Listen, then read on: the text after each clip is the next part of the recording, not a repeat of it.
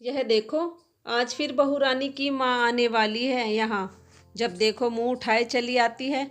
यह भी नहीं सोचती कि बेटी की ससुराल है। ऐसे रोज रोज जाना ठीक नहीं है। इसे कहते हैं मान ना मान, मैं तेरा मेहमान। बुरे बुरे मुंह बनाती हुई सुशीला जी अपने पति अशोक जी से कह रही थी, क्या हो गया तुम्हें, क्यों बड़बड़ किए जा रही हो?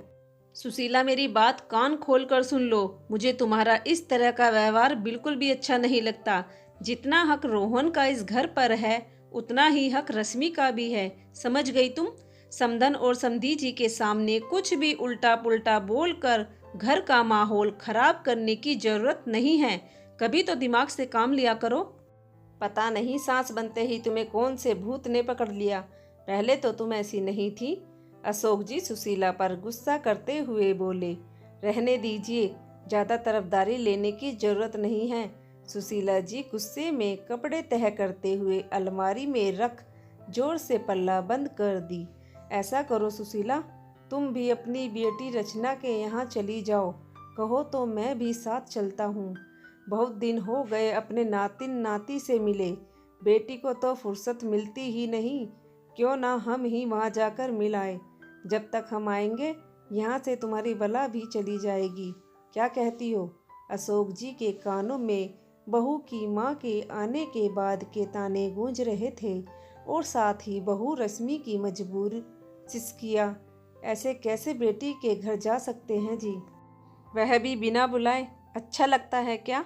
सरला जी ने अपने पति अशोक जी से कहा। अशोक भी जानते थे ये जाने से रही। अगले दिन रमा जी और समधी जी दोनों आ गए। रश्मि अपने माँ बाबू जी से मिलकर जहाँ खुश थी, वहीं अंदर ही अंदर सुशीला जी के तानों से डरी हुई भी थी। रमा जी की मजबूरी थी बेटी के ससुराल में आकर रहना।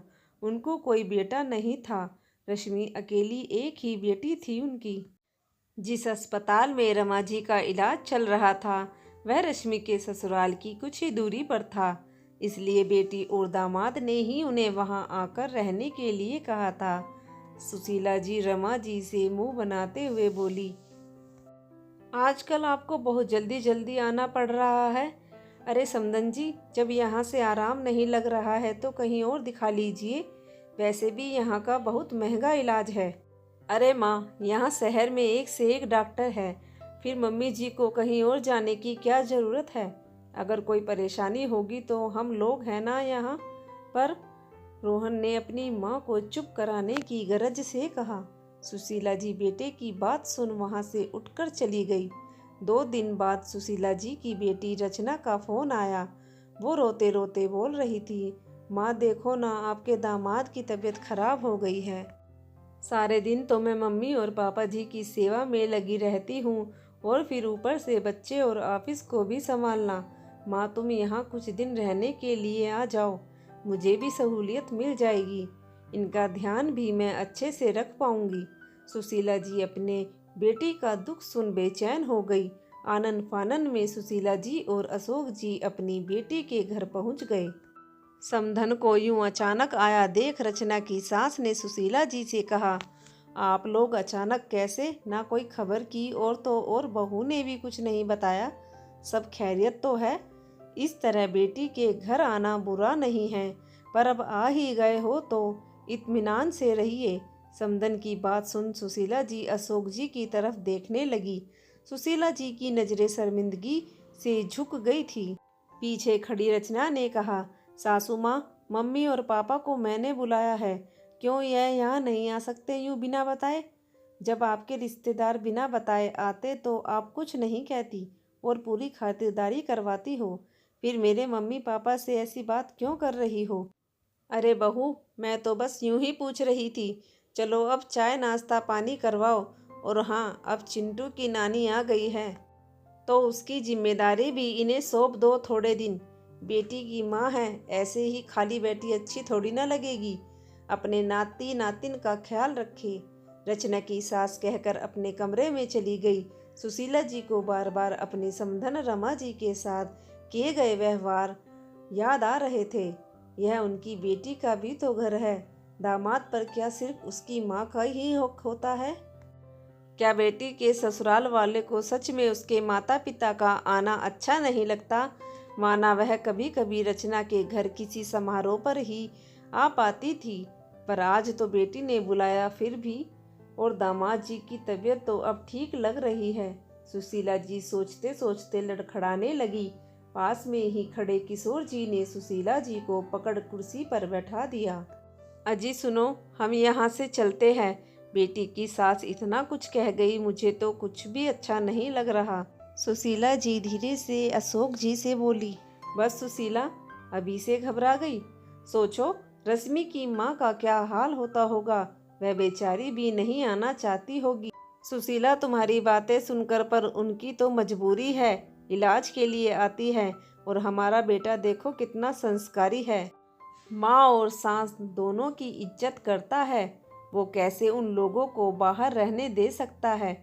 आगे और कुछ कहने की जरूरत नहीं समझता मैं। इतनी समझदारी की उम्मीद तो तुमसे कर ही सकता हूँ कि अशोक जी सुशीला जी को समझाते हुए बोले। आप बिल्कुल ठीक कह रहे हो जी।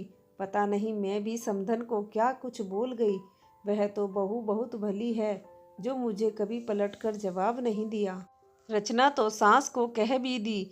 सुनिए जी, चलिए यहाँ से, कहीं समधन हमारे नहीं रहने से गलत समझ कर ना चली जाए। सुशीला जी जल्दी से खड़ी हो अपना बैग लेकर कमरे में जा रही थी तो उसे रचना और उसकी सास की आवाज़ सुनाई दी। बहू, बहुत गलत करवाया तूने। क्या सोचती होगी समधन मेरे लिए कि मैं कैसी सास हूँ?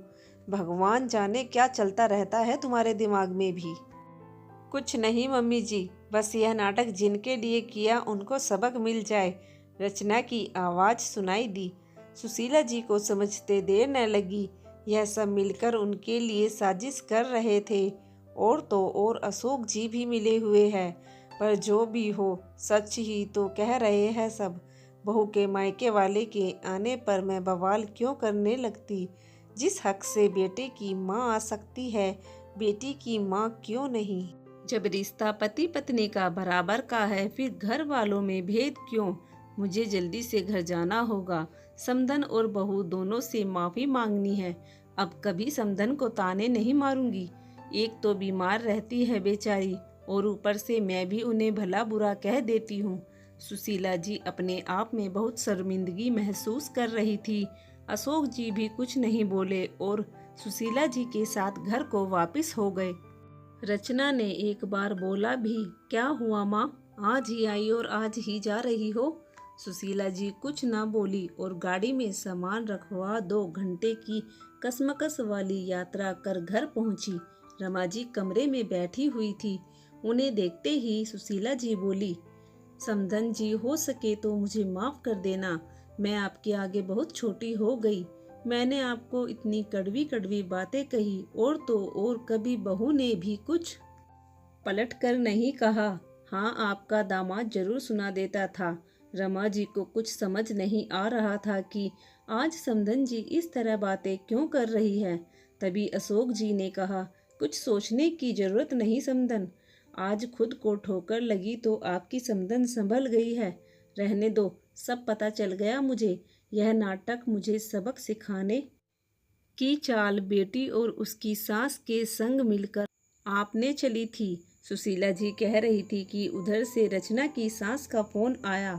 वह अपनी करनी पर शर्मिंदा हो रही थी। सुशीला जी बोली, समधन जी, मुझे पता है आपके लिए यह नाटक करना कितना मुश्किल रहा होगा, पर अच्छा किया तुम सब ने, कम से कम मुझे अकल तो आई। दोस्तों, जो आज बहू बनकर हमारे घर की सारी जिम्मेदारियां निभा रही है, वह अपने माता पिता को कैसे छोड़ सकती है?